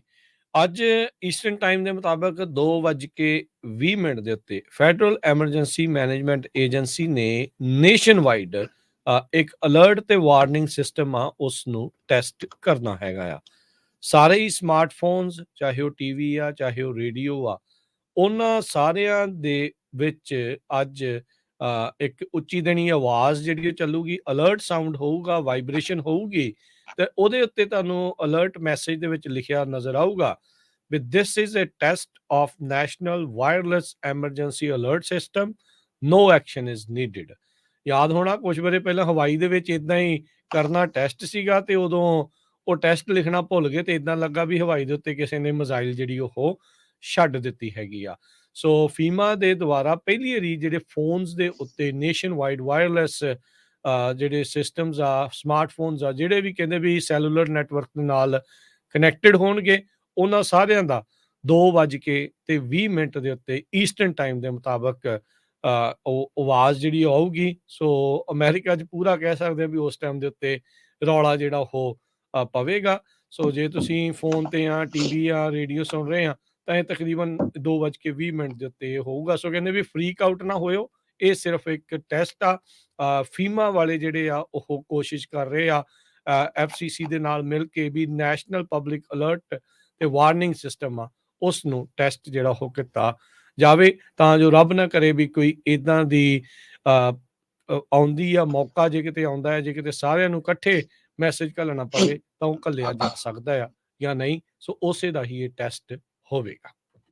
ਜੀ। ਸੈਨ ਫਰਾਂਸਿਸਕੋ ਦੇ ਵਿੱਚ ਹਰ ਰੋਜ਼ ਜੋ ਰੀਟੇਲ ਸਟੋਰਸ ਆ ਉਹ ਬੰਦ ਹੋ ਰਹੇ ਆ। ਅੱਜ ਸਟਾਰਬਕਸ ਨੇ ਅਨਾਉਂਸ ਕੀਤਾ ਕਿ ਉਹ 7 ਦੇ ਕਰੀਬ ਆਪਣੇ ਜਿਹੜੇ ਸਟੋਰਸ ਆ ਸੈਨ ਫਰਾਂਸਿਸਕੋ ਦੇ ਵਿੱਚ ਉਹ ਅਕਤੂਬਰ 22 ਤੋਂ ਬੰਦ ਕਰਨ ਜਾ ਰਹੇ ਹੈਗੇ ਆ। ਜਦੋਂ ਉਹਨਾਂ ਨੂੰ CNN ਦੇ ਜਰਨਲਿਸਟ ਨੇ ਪੁੱਛਿਆ ਵੀ ਇਹਦਾ ਕਾਰਨ ਕੀ ਹੈਗਾ ਆ, ਉਹ ਕਹਿੰਦੇ ਵੀ ਹਰ ਸਾਲ ਅਸੀਂ ਆਪਣਾ ਜਿਹੜਾ ਬਿਜ਼ਨਸ ਆ ਉਹਨੂੰ ਅਵੈਲੂਏਟ ਕਰਦੇ ਹੈਗੇ ਆ, ਉਹਦਾ ਪੋਰਟਫੋਲੀਓ ਕਿੰਨਾ ਕੁ ਪ੍ਰੋਫਿਟੇਬਲ ਆ, ਕਿੰਨਾ ਕੁ ਉੱਥੇ ਨੁਕਸਾਨ ਹੁੰਦਾ ਹੈਗਾ ਆ। ਸੋ ਆਪਾਂ ਨੂੰ ਪਤਾ ਹੀ ਆ ਸੈਨ ਫਰਾਂਸਿਸਕੋ ਦੀ ਜਿਹੜੀ ਇਸ ਟਾਈਮ ਦੇ ਉੱਤੇ ਕੰਡੀਸ਼ਨ ਬਹੁਤ ਬੁਰੀ ਆ। ਉੱਥੇ ਬਿਜ਼ਨਸ ਕਰਨਾ ਹਰ ਇੱਕ ਲਈ ਔਖਾ ਆ। ਬ੍ਰੇਕ ਇਨ, ਰੋਬਰੀ, ਗੰਦਮੰਦ, ਇੰਨਾ ਕੁਛ ਉੱਥੇ ਹੈਗਾ ਆ। ਸੋ ਈਵਨ ਸਟਾਰਬਕਸ ਨੇ ਅੱਜ ਅਨਾਉਂਸ ਕਰਤਾ ਕਿ ਉਹ 7 ਆਪਣੇ ਕਾਫੀ ਸਟੋਰ ਸੈਨ ਫਰਾਂਸਿਸਕੋ 'ਚ ਬੰਦ ਕਰਨ ਜਾ ਰਹੇ। ਜੀ ਬਿਲਕੁਲ। ਤੇ ਹਰਜੋਤ ਸਿੰਘ ਜੀ, ਫੀਫਾ ਨੇ ਜਿਹੜੇ ਵਰਲਡ ਕੱਪ ਕਰਾਉਂਦੇ ਆ ਫੁੱਟਬਾਲ ਦਾ, ਜਿਹੜੀ ਬਾਕੀ ਦੁਨੀਆ 'ਚ ਫੁੱਟਬਾਲ ਤੇ ਅਮਰੀਕਾ 'ਚ ਖਾਸ ਕਰਕੇ ਜਿਸ ਨੂੰ ਸੌਕਰ ਆਖਿਆ ਜਾਂਦਾ ਆ, ਉਹਨਾਂ ਨੇ ਕਿਹਾ ਵੀ 2030 ਦੇ ਵਿੱਚ ਜਿਹੜੇ ਫੁੱਟਬਾਲ ਦਾ ਇਹ ਸੌਕਰ ਦਾ ਵਰਲਡ ਕੱਪ ਆ, ਇਹ ਖੇਡਿਆ ਜਾਊਗਾ ਮੋਰੋਕੋ, ਸਪੇਨ ਤੇ ਪੁਰਤਗਾਲ ਦੇ ਵਿੱਚ, ਜਿੱਥੇ ਓਪਨਿੰਗ ਗੇਮਸ ਸਾਊਥ ਅਮਰੀਕਾ 'ਚ ਹੋਣਗੀਆਂ। ਪਹਿਲੀ ਵਾਰੀ 3 ਕੰਟੀਨੈਂਟਸ ਦੇ ਵਿੱਚ ਵੱਖ-ਵੱਖ ਦੇ ਉੱਤੇ ਇੱਕੋ ਵਰਲਡ ਕੱਪ ਜਿਹੜਾ ਉਹ ਖੇਡਿਆ ਜਾਣਾ ਆ। ਯੂਰੂਗਵੇ, ਅਰਜਨਟੀਨਾ, ਪੈਰਾਗਵੇ, ਇੱਥੇ ਓਪਨਿੰਗ ਗੇਮਸ ਹੋਣਗੀਆਂ। ਇਸ ਤੋਂ ਇਲਾਵਾ ਮੋਰੋਕੋ, ਸਪੇਨ, ਪੁਰਤਗਾਲ ਦੇ ਵਿੱਚ ਬਾਕੀ ਗੇਮਸ ਜਿਹੜੀਆਂ ਉਹ ਖੇਡੀਆਂ ਜਾਣਗੀਆਂ। ਸੋ ਇਹ 6 ਦੀਆਂ 6 ਟੀਮਾਂ ਕਹਿ ਲਓ ਵੀ 2030 ਦੇ ਲਈ ਆਟੋਮੈਟਿਕਲੀ ਕੁਆਲੀਫਾਈ ਕਰ ਗਈਆਂ ਆ। ਸੋ ਸ਼ਤਾਬਦੀ ਸਮਾਰੋਹ ਹੋਣਾ ਆ ਵਰਲਡ ਕੱਪ ਦਾ। 100ਵਾਂ ਜਿਹੜਾ ਬਰਥਡੇ ਇੱਕ ਹਿਸਾਬ ਦੇ ਨਾਲ ਵਰਲਡ ਕੱਪ ਨੇ ਆਪਣਾ ਮਨਾਉਣਾ ਆ। ਪਹਿਲੀ ਵਾਰੀ 1930 ਦੇ ਵਿੱਚ ਉਰੂਗਵੇ ਦੇ ਵਿੱਚ ਇਹ ਵਰਲਡ ਕੱਪ ਆ ਉਹ ਖੇਡਿਆ ਗਿਆ ਸੀ। ਸੋ ਫੀਫਾ ਨੇ ਅੱਜ ਇਹ ਫੈਸਲਾ ਲਿਆ ਆ, ਗਵਰਨਿੰਗ ਬਾਡੀ ਆ ਸੌਕਰ ਦੀ, ਤੇ ਉਹਨਾਂ ਨੇ ਕਿਹਾ ਵੀ ਮੋਰੋਕੋ, ਸਪੇਨ, ਪੁਰਤਗਾਲ ਦੇ ਨਾਲ ਜਿਹੜੀਆਂ ਇਹ ਮੇਨ ਉੱਥੇ ਗੇਮਸ ਹੋਣਗੀਆਂ ਤੇ ਓਪਨਿੰਗ ਗੇਮਸ ਸਾਊਥ ਅਮਰੀਕਾ ਦੇ ਵਿੱਚ ਖੇਡੀਆਂ ਜਾਣਗੀਆਂ। ਜੀ। ਤੇ ਹਰਜੋਤ ਸਿੰਘ ਜੀ, ਹੁਣ ਆਪਾਂ ਥੋੜੀ ਜਿਹੀ ਇੰਸ਼ੋਰੈਂਸ ਬਾਰੇ ਜੇ ਗੱਲ ਕਰੀਏ, ਕਵਰਡ ਕੈਲੀਫੋਰਨੀਆ ਨੂੰ ਲੈ ਕੇ 1 ਅਕਤੂਬਰ ਤੋਂ ਰੀਨਿਊਅਲਸ ਦਾ ਵਕਤ ਸ਼ੁਰੂ ਹੋ ਗਿਆ ਆ। ਤੁਸੀਂ ਜਦੋਂ ਤੋਂ affordable care act, Obama care, covered California ਚਾਲੂ ਹੋਇਆ, ਉਦੋਂ ਤੋਂ ਤੁਸੀਂ ਹੈਲਪ ਕਰਦੇ ਆ ਰਹੇ ਆ। ਸੋ ਇਸ ਵਾਰ ਕੀ ਕੁਝ ਚੇਂਜਸ ਨੇ, ਕਿੱਦਾਂ ਆ? ਜੇ ਥੋੜਾ ਜਿਹਾ ਸਾਨੂੰ ਕਵਰਡ ਕੈਲੀਫੋਰਨੀਆ ਦੇ ਬਾਰੇ ਜਿਹੜਾ ਉਹ ਦੱਸੋ। ਜੀ। ਸੋ ਬਿਲਕੁਲ ਜਿੰਨੇ ਵੀ ਸਾਡੇ ਸਰੋਤੇ ਸੁਣ ਰਹੇ ਆ, ਕਵਰਡ ਕੈਲੀਫੋਰਨੀਆ ਜਿਨ੍ਹਾਂ ਦੇ ਕੋਲ ਆਲਰੇਡੀ ਹੈਗੀ ਆ ਕੈਲੀਫੋਰਨੀਆ ਦੇ ਵਿੱਚ ਓਬਾਮਾ ਕੇਅਰ ਨੂੰ ਕਵਰਡ ਕੈਲੀਫੋਰਨੀਆ ਕਹਿੰਦੇ ਆ, ਤੇ ਤੁਹਾਨੂੰ ਜਿਹੜੇ ਰਿਨਿਊਅਲ ਨੋਟਿਸ ਆਣੇ ਸ਼ੁਰੂ ਹੋ ਗਏ ਮੇਲ ਦੇ ਵਿੱਚ। ਤੇ ਜੇ ਤੁਹਾਡਾ ਸਾਰਾ ਕੁਝ ਸੇਮ ਆ, ਇਨਕਮ, ਪਰਿਵਾਰ ਦਾ ਸਾਈਜ਼, ਐਡਰੈਸ ਨਹੀਂ ਚੇਂਜ ਹੋਇਆ, ਐਵਰੀਥਿੰਗ ਸੇਮ ਆ, ਆਟੋਮੈਟਿਕਲੀ ਰਿਨਿਊ ਹੋ ਜਾਣੀ ਆ। ਜੇ ਕੋਈ ਚੇਂਜ ਆ ਪਰਿਵਾਰ ਦੇ ਵਿੱਚ ਕਿਸੇ ਮੈਂਬਰ ਦਾ ਵਾਧਾ ਹੋਇਆ ਆ, ਕਿਸੇ ਦਾ ਕੋਈ ਨਿਆਣਾ ਬੱਚਾ ਵਿਆਹ ਹੋ ਗਿਆ, ਮੂਵ ਹੋ ਗਿਆ, ਇਸੇ ਤਰ੍ਹਾਂ ਇਨਕਮ ਦੇ ਵਿੱਚ ਡਿਫਰੈਂਸ ਆ, ਐਡਰੈਸ ਚੇਂਜ ਹੋਇਆ, ਤੇ ਤੁਸੀਂ ਜ਼ਰੂਰ ਸਾਡੇ ਆਫਿਸ ਕਾਲ ਕਰ ਲਿਓ 408 272 2500 ਤੇ। ਖਾਲਸਾ ਇੰਸ਼ੋਰੈਂਸ ਏਜੰਸੀ ਕੈਲੀਫੋਰਨੀਆ ਦੇ ਵਿੱਚ 1992 ਤੋਂ ਇੰਸ਼ੋਰੈਂਸ ਬਿਜ਼ਨਸ ਦੇ ਵਿੱਚ ਆ, ਤੇ ਹੈਲਥ ਇੰਸ਼ੋਰੈਂਸ ਦੇ ਫੀਲਡ ਦੇ ਵਿੱਚ ਅਸੀਂ 2014 ਤੋਂ ਜਿਹੜਾ ਆ ਸਾਰੇ ਲੋਕਾਂ ਨੂੰ ਜਿਹੜੀਆਂ ਆਪਣੀਆਂ ਸੇਵਾਵਾਂ ਦੇ ਰਹੇ ਆ। 10 ਦੇ ਕਰੀਬ ਸਾਡੇ EMPLOYEES ਇਸ ਟਾਈਮ ਮੈਡੀਕਲ ਦੇ ਉੱਤੇ ਵਰਕਆਊਟ ਕਰ ਰਹੇ ਹੈਗੇ ਆ, ਕਿਉਂਕਿ ਕਾਲਸ ਬਹੁਤ ਆਉਂਦੀਆਂ, ਹਜ਼ਾਰਾਂ ਦੇ ਹਿਸਾਬ ਦੇ ਨਾਲ ਆਪਣੇ ਕਸਟਮਰ ਆ। ਤੇ ਆਪਾਂ ਕੈਲੀਫੋਰਨੀਆ ਦਾ ਮੈਂ ਲਾਇਸੈਂਸ ਨੰਬਰ ਵੀ ਦੱਸਦਾ ਜਾਵਾਂ, ਖਾਲਸਾ ਇੰਸ਼ੋਰੈਂਸ ਏਜੰਸੀ ਦਾ 0F898005 ਹੈਗਾ। ਸੋ ਜੇ ਸਾਰਾ ਕੁਝ ਸੇਮ ਆ ਫਿਰ ਆਟੋਮੈਟਿਕਲੀ ਰਿਨਿਊ ਹੋ ਜਾਣੀ ਆ, ਪਰ ਸਟਿਲ ਤੁਸੀਂ ਕਾਲ ਕਰ ਸਕਦੇ ਹੋ, ਤੁਹਾਨੂੰ ਕਨਫਰਮੇਸ਼ਨ ਕਰਕੇ ਭੇਜ ਦਾਂਗੇ। ਤੇ ਜੇ ਕੋਈ ਚੇਂਜਸ ਆ ਤੇ ਜਰੂਰ ਕਾਲ ਕਰ ਲਿਓ। ਜੇ ਇਹ ਹੁਣ ਅਕਤੂਬਰ 1 ਤੋਂ ਜਿਨ੍ਹਾਂ ਨੇ ਆਲਰੇਡੀ ਚੱਲਦੀ ਸੀ ਇੰਸ਼ੋਰੈਂਸ, ਉਹਨਾਂ ਦੇ ਰਿਨਿਊਅਲ ਹੋਣੇ ਸ਼ੁਰੂ ਹੋ ਗਏ ਆ ਜਨਵਰੀ 1 ਤੋਂ, ਜੋ ਲਾਗੂ ਹੋਣੇ ਹੈਗੇ ਆ। ਸੋ ਕਈ ਵਾਰੀ ਕੀ ਹੁੰਦਾ, ਤੁਹਾਡੀ ਆਟੋਮੈਟਿਕ ਪੇਮੈਂਟ ਆ, ਉਹ ਕੋਈ ਕ੍ਰੈਡਿਟ ਕਾਰਡ ਐਕਸਪਾਇਰ ਹੋ ਗਿਆ, ਕੈਂਸਲ ਕਰਾ ਲਿਆ, ਸੋ ਪਤਾ ਉਦੋਂ ਹੀ ਲੱਗਦਾ ਜਦੋਂ ਆਪਾਂ ਡਾਕਟਰ ਦੇ ਜਾਂਦੇ ਹੈਗੇ ਆ, ਤੇ ਉੱਥੇ ਜਾ ਕੇ ਪਤਾ ਚੱਲਦਾ ਵੀ ਸਾਡੀ ਤਾਂ ਇੰਸ਼ੋਰੈਂਸ ਕੈਂਸਲ ਆ। ਸੋ ਜਰੂਰ ਮੇਕ ਸ਼ੋਰ ਕਰਿਆ ਕਰੋ, ਕਿਉਂਕਿ ਬਹੁਤ ਇੰਪੋਰਟੈਂਟ ਹੈਗਾ ਆ। ਦੂਸਰੇ ਜੀ ਨੰਬਰ ਤੇ ਪੈਨਲਟੀ ਉਸੇ ਤਰ੍ਹਾਂ ਆ, ਜੇ ਤੁਸੀਂ ਨਹੀਂ ਇੰਸ਼ੋਰੈਂਸ ਕਰਾਣੇ, ਕਈ ਵਾਰੀ ਐਮਰਜੈਂਸੀ ਪਲਾਨ ਲੈਂਦੇ ਆ ਤਾਂ ਉਹਦਾ ਉਨਾ ਰੇਟ ਨਹੀਂ ਹੁੰਦਾ ਜਿੰਨਾ ਤੁਸੀਂ ਪਲੰਟੀ ਦੇ ਦਿੰਦੇ ਆ। ਸੋ ਇਹ ਜ਼ਰੂਰ ਧਿਆਨ ਰੱਖਣਾ ਚਾਹੀਦਾ। ਇਨਕਮ ਲੈਵਲ ਥੋੜਾ ਹੋਰ ਵਧਾਇਆ ਗਿਆ ਹੈ ਇਸ ਵਾਰ, ਉਹਦੇ ਬਾਰੇ ਵੀ ਜੇ ਕੋਈ ਡਿਟੇਲ ਇਨਫੋਰਮੇਸ਼ਨ ਲੈਣੀ ਹੋਈ, ਤੁਸੀਂ ਖਾਲਸਾ ਇੰਸ਼ੋਰੈਂਸ ਏਜੰਸੀ ਦੇ ਆਫਿਸ ਕਾਲ ਕਰ ਲਿਓ 408 272 2500 ਤੇ। ਅਸੀਂ ਹਰ ਰੋਜ਼ ਸਵੇਰ ਦੇ 9 ਵਜੇ ਤੋਂ ਲੈ ਕੇ ਰਾਤ ਦੇ 8 ਵਜੇ ਤੱਕ ਆਫਿਸ 'ਚ ਹੀ ਹੁੰਦੇ ਹੈਗੇ ਆ। ਫੋਨ ਤੇ, WhatsApp ਤੇ, ਈਮੇਲ ਤੇ ਆਪਾਂ ਜਿੱਦਾਂ ਵੀ ਇਹ ਗੱਲ ਕਰ ਸਕਦੇ ਆ, ਤੇ ਕਿਸੇ ਨੂੰ ਕੋਈ ਵੀ ਜਿਹੜੀ ਹੈਲਪ ਦੀ ਜ਼ਰੂਰਤ ਆ। ਤੇ ਜਿਹੜੇ ਲੋਕਾਂ ਦੇ ਕੋਲ ਨਹੀਂ ਹੈਗੀ ਹੈਲਥ ਇੰਸ਼ੋਰੈਂਸ, ਜਿਹੜੇ ਮਿਸ ਕਰ ਗਏ ਸੀ, ਕਿਉਂਕਿ ਇਦਾਂ ਨਹੀਂ ਹੁੰਦੀ ਹੈਗੀ ਵੀ ਜਦ ਮਰਜ਼ੀ ਤੁਸੀਂ ਹੈਲਥ ਇੰਸ਼ੋਰੈਂਸ ਕਰਾ ਲਓ। ਸੋ ਜਿਹੜੇ ਮਿਸ ਕਰ ਗਏ ਸੀ, ਹੁਣ ਜਿਹਨਾਂ ਨੇ ਨਵੀਂ ਕਰਾਣੀ ਆ, ਉਹ ਨਵੰਬਰ 1 ਤੋਂ ਐਪਲੀਕੇਸ਼ਨਾਂ ਸ਼ੁਰੂ ਹੋ ਜਾਣੀਆਂ। ਉਹ ਵੀ ਤੁਸੀਂ ਸਾਨੂੰ ਕਾਲ ਕਰਕੇ ਆਪਣੇ ਜਿਹੜੇ ਡਾਕੂਮੈਂਟਸ ਵਗੈਰਾ ਤੁਹਾਨੂੰ ਦੱਸ ਦਾਂਗੇ ਕਿਹੜੇ ਕਿਹੜੇ ਚਾਹੀਦੇ ਆ। ਤੁਹਾਡਾ ਜਿੱਦਾਂ ਇਮੀਗ੍ਰੇਸ਼ਨ ਦਾ ਚਾਹੀਦਾ, work permit, green card, citizen, social security number ਚਾਹੀਦਾ, ਤੇ ਨਾਲ ਤੁਹਾਡਾ ਕੋਈ ਪੇਰੋਲ ਦਾ ਜਿਹੜਾ ਪੇ ਸਟੱਬ ਆ, ਜਾਂ 1092 ਹੈਗਾ, ਜਾਂ ਟੈਕਸ ਰਿਟਰਨ ਆ, ਉਹ ਜਿਹੜੀਆਂ ਚੀਜ਼ਾਂ ਚਾਹੀਦੀਆਂ ਹੈਗੀਆਂ, ਤੇ ਉਹ ਤੁਸੀਂ ਕਾਲ ਕਰਕੇ ਦੱਸ ਸਕਦੇ ਹੋ। ਸੋ ਰਿਨਿਊਅਲ ਆਲਰੇਡੀ ਸ਼ੁਰੂ ਆ, ਤੇ ਨਵੀਆਂ ਐਪਲੀਕੇਸ਼ਨਾਂ ਨਵੰਬਰ 1 ਤੋਂ ਸ਼ੁਰੂ ਹੋ ਜਾਣੀਆਂ। ਇਸ ਵਾਰੀ ਲੱਗਦਾ ਨਹੀਂ ਹੈ ਡੇਟਸ ਜ਼ਿਆਦਾ ਵਧਾਊਗੇ, ਪਿਛਲੇ ਸਾਲ ਉਦੋਂ ਪਹਿਲਾਂ ਜਿੱਦਾਂ ਕੋਵਿਡ ਕਰਕੇ ਵਧਾਉਂਦੇ ਰਹੇ, ਫਿਰ ਫਲੱਡ ਆ ਗਏ, ਪਰ ਇਸ ਵਾਰ ਲੱਗਦਾ ਨਹੀਂ ਉਹ ਵਧਾਊਗੇ, ਕਿਉਂਕਿ ਕਾਫੀ ਜਿਹੜੀ ਉਹਨਾਂ ਦੀ ਇਨਫੋਰਮੇਸ਼ਨ ਆ ਉਹ ਸਟੇਟ ਹੋ ਗਈ ਹੈਗੀ ਆ। ਜੀ ਇਸੇ ਤਰ੍ਹਾਂ ਜਿਹੜੀ ਮੈਡੀਕੇਅਰ ਬਾਰੇ ਗੱਲ ਕਰਨੀ, ਮੈਡੀਕੇਅਰ ਜਿਹੜਾ ਅਮਰੀਕਾ ਦੇ ਵਿੱਚ ਆ, ਬਹੁਤ ਹੀ ਕੰਪਲਿਕੇਟਡ ਇਸ਼ੂ ਹੈਗਾ ਆ। ਪ੍ਰੋਬਲਮ ਕੀ ਆ ਵੀ ਜਦੋਂ ਤੁਸੀਂ 65 ਸਾਲਾਂ ਦੇ ਹੋ ਜਾਂਦੇ ਆ, ਤੇ ਫਿਰ ਤੁਹਾਨੂੰ ਮੈਡੀਕੇਅਰ ਐਜ਼ ਲੌਂਗ ਐਜ਼ ਜੇ ਤੁਸੀਂ 40 ਕੁਆਟਰ ਪੂਰੇ ਕੀਤੇ ਹੈਗੇ, ਆਪਣਾ ਕੰਮ ਕੀਤਾ ਹੈਗਾ। ਉਹਦੇ ਚ ਪਾਰਟ ਏ ਆ, ਪਾਰਟ ਬੀ ਆ, ਉਹ ਮੈਡੀਕੇਅਰ ਵੱਲੋਂ ਆ।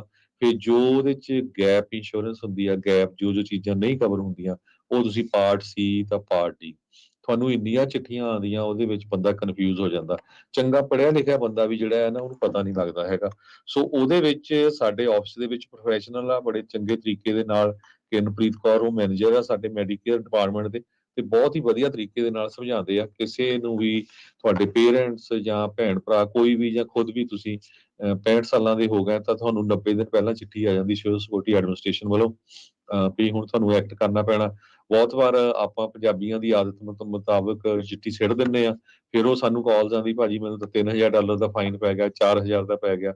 ਸੋ ਇਹ ਜ਼ਰੂਰ ਆ ਵੀ ਜਿਹੜੀ ਚਿੱਠੀ ਆ ਉਹਨੂੰ ਪੜ੍ਹਿਆ ਜ਼ਰੂਰ ਕਰੋ। ਜੇ ਨਹੀਂ ਪਤਾ ਲੱਗਦਾ, ਕਿਸੇ ਹੋਰ ਆਂਢੀ ਗੁਆਂਢੀ ਨੂੰ, ਬੱਚਿਆਂ ਨੂੰ ਦਿਖਾ ਲਿਆ ਕਰੋ, ਨਹੀਂ ਤਾਂ ਮੁੜ ਕੇ ਫਿਰ ਫਾਈਨ ਦੇਣਾ ਪੈਂਦਾ। ਸੋ ਉਹ ਵੀ ਬਹੁਤ, ਕਿਉਂਕਿ ਉਸ ਟਾਈਮ ਦੇ ਉੱਤੇ ਤੁਹਾਨੂੰ ਹੈਲਥ ਇੰਸ਼ੋਰੈਂਸ ਦੀ ਜਿਹੜੀ ਸਹੀ ਕਵਰੇਜ ਆ ਉਹਦੀ ਜ਼ਰੂਰਤ ਹੁੰਦੀ ਹੈਗੀ ਆ। ਜੀ ਕਈ ਵਾਰ ਇੱਕ ਦੂਜੇ ਨਾਲ ਤੁਸੀਂ ਗੱਲ ਕਰ ਲੈਂਦੇ ਆ ਵੀ ਜੀ ਮੇਰੀ ਉੱਥੇ ਚੱਲਦੀ ਵਧੀਆ ਆ, ਜੇ ਆ ਉਹ ਆ। ਸੋ ਹੁਣ ਕਈ ਜਿਹੜੇ ਕੰਪਨੀਆਂ ਜਾਂ ਹਸਪੀਟਲਸ ਆ, ਉਹ ਅਪਾਇੰਟਮੈਂਟ ਸਿਰਫ ਆਨਲਾਈਨ ਹੀ ਬਣਾਉਂਦੇ ਆ, ਵੀ ਜੀ ਆਨਲਾਈਨ ਹੀ ਅਪਾਇੰਟਮੈਂਟ ਬਣਨੀ ਆ, ਫੋਨ ਤੇ ਵੀ ਨਹੀਂ ਬਣਨੀ ਹੈਗੀ, ਤੇ ਵਾਕ ਇਨ ਵੀ ਨਹੀਂ ਹੈਗਾ। ਸੋ ਉਹਦੇ ਚ ਹੁਣ ਬਹੁਤ ਵਾਰੀ ਆਪਣੇ ਜਿਹੜੇ 65 ਸਾਲਾਂ ਤੋਂ ਉੱਪਰ ਵਾਲੇ ਭੈਣ ਭਰਾ ਆ ਜਾਂ ਬਜ਼ੁਰਗ ਆ, ਉਹਨਾਂ ਨੂੰ ਈਮੇਲ ਨਹੀਂ ਕਰਨੀ ਆਉਂਦੀ ਹੈਗੀ, ਕਈਆਂ ਦੇ ਬੱਚੇ ਨਹੀਂ ਘਰ ਚ ਹੁੰਦੇ ਹੈਗੇ, ਹਨਾ। ਜੀ ਜੀ ਸੋ ਆਪਾਂ ਜਿਹੜੀ ਸਭ ਤੋਂ ਜਿਹੜੀ ਬੈਸਟ, ਜਿਹੜੀ ਤੁਹਾਡੇ ਲਈ ਸਹੀ ਹੋਊਗੀ, ਕਿਉਂ ਕਈ ਵਾਰੀ ਕੀ ਹੁੰਦਾ ਨਾ, ਰੇਟ ਨਹੀਂ ਮੈਟਰ ਕਰਦਾ ਹੈਗਾ, ਤੁਹਾਨੂੰ ਸਰਵਿਸ ਵੀ ਮੈਟਰ ਕਰਦੀ ਆ ਵੀ ਕਿੱਥੇ ਬਿਲਕੁਲ ਤੁਸੀਂ ਜਿਹੜੇ ਆ ਵਧੀਆ ਰਹੋਗੇ, ਠੀਕ ਹੈ ਕਿ ਨਹੀਂ, ਕਿੱਥੇ ਤੁਹਾਨੂੰ ਜਿਹੜੀ ਸ਼ਾਂਤੀ ਮਿਲੂਗੀ। ਸੋ ਉਹਦੇ ਲਈ ਤੁਹਾਨੂੰ ਮੈਡੀਕੇਅਰ ਦੇ ਲਈ ਪੂਰੀ ਅਮਰੀਕਾ ਦੇ ਵਿੱਚ ਲਗਭਗ ਆਪਾਂ ਸਾਰੀਆਂ ਸਟੇਟਸ ਦੇ ਵਿੱਚ ਲਾਇਸੈਂਸਡ ਆ, ਓਵਰ 65 ਹੈਗੇ ਆ। ਤੁਸੀਂ ਕਿਸੇ ਵੀ ਸਟੇਟ 'ਚ ਰਹਿੰਦੇ ਆ, ਕਾਲ ਕਰ ਲਿਓ। ਤੇ ਜੇ ਤੁਸੀਂ ਕੈਲੀਫੋਰਨੀਆ ਦੇ ਵਿੱਚ ਕਵਰਡ ਕੈਲੀਫੋਰਨੀਆ ਦੇ ਅੰਡਰ ਆਨੇ ਆ, ਤੇ ਉਹ ਅਸੀਂ ਸਿਰਫ ਕੈਲੀਫੋਰਨੀਆ 'ਚ ਕਰ ਰਹੇ ਹਾਂ, ਕਿਉਂਕਿ ਸਾਡਾ ਟੈਲੀਫੋਨ ਨੰਬਰ ਹੈਗਾ 408 272 2500। ਉਹਦਾ ਕਾਰਨ ਇਹ ਸੀ ਵੀ ਅਸੀਂ ਇਸ ਕਰਕੇ ਹੋਰ ਸਟੇਟਸ ਨਹੀਂ ਐਕਸਪੈਂਡ ਕੀਤੇ, ਕਿਉਂਕਿ ਸਾਡੇ ਬਹੁਤ ਜ਼ਿਆਦਾ 20,000 ਤੋਂ ਵੱਧ ਕਸਟਮਰ ਹੈਗੇ ਆ। ਸੋ ਇੰਨੇ ਹੈਂਡਲ ਕਰਨੇ ਬਹੁਤ ਔਖੇ ਆ, ਤੇ ਇਹਨਾਂ 'ਚ ਇੰਨਾ ਕੋਈ ਕਮਿਸ਼ਨ ਵਗੈਰਾ ਨਹੀਂ ਹੁੰਦਾ ਹੈਗਾ ਬਹੁਤ ਜ਼ਿਆਦਾ ਵੀ। ਹਾਂ, ਇੱਕ ਤਰ੍ਹਾਂ ਦੇ ਨਾਲ ਆਪਾਂ ਹੈਲਪ ਲਈ ਸ਼ੁਰੂ ਕੀਤਾ ਸੀ 2014 'ਚ, ਕਿਉਂਕਿ ਲੋਕਾਂ ਨੂੰ ਪਤਾ ਨਹੀਂ ਕਿਹੜੀ ਕਵਰੇਜ, ਕਿਹੜੀ ਕੰਪਨੀ, ਕੀ ਕੀ ਹੈਗਾ, ਕੀ ਡਿਡਕਟੀਬਲ ਆ। ਮੈਡੀਕੇਅਰ ਇਸ ਕਰਕੇ ਸ਼ੁਰੂ ਕੀਤਾ ਹੈ ਸਾਰੀਆਂ ਸਟੇਟ 'ਚ, ਕਿਉਂਕਿ ਓਵਰ 65 ਆ, ਕਾਫੀ ਕੰਪਲੀਕੇਟਡ ਇਸ਼ੂ ਆ, ਤੇ ਬਹੁਤ ਵਾਰ ਲੋਕ ਆਪਣੇ ਨਵੇਂ ਹੁੰਦੇ ਆ, ਉਹਨਾਂ ਨੂੰ ਪਤਾ ਨਹੀਂ ਲੱਗਦਾ, ਬੱਚੇ ਕੰਮ ਤੇ ਬਿਜੀ ਆ, ਤਾਂ ਕਰਕੇ ਜਿਹੜੀ ਆ ਉਹ ਤੁਹਾਨੂੰ ਦੱਸ ਦਿੱਤਾ ਜਾਵੇ ਤਾਂ ਕਿ ਥੋੜੀ ਐਜੂਕੇਸ਼ਨ ਹੋ ਜਾਏ। ਸੋ ਮੈਡੀਕੇਅਰ ਦੇ ਲਈ ਪੂਰੇ ਅਮਰੀਕਾ ਦੇ ਵਿੱਚ ਤੁਸੀਂ ਕਾਲ ਕਰ ਸਕਦੇ ਹੋ ਸਾਨੂੰ 408 272 2500 ਤੇ। ਕੈਲੀਫੋਰਨੀਆ ਦੇ ਵਿੱਚ ਹੈਲਥ ਇੰਸ਼ੋਰੈਂਸ ਦੇ ਲਈ, ਵਿਜ਼ਟਰਸ ਹੈਲਥ ਇੰਸ਼ੋਰੈਂਸ ਦੇ ਲਈ ਸਾਨੂੰ ਜਿਹੜਾ ਕਵਰਡ ਕੈਲੀਫੋਰਨੀਆ ਦੇ ਲਈ ਕਾਲ ਕਰ ਸਕਦੇ ਹੋ 408 272 2500। ਜੀ, ਬਹੁਤ ਸ਼ੁਕਰੀਆ ਹਰਜੋਤ ਜੀ, ਬੜੀ ਮਿਹਰਬਾਨੀ।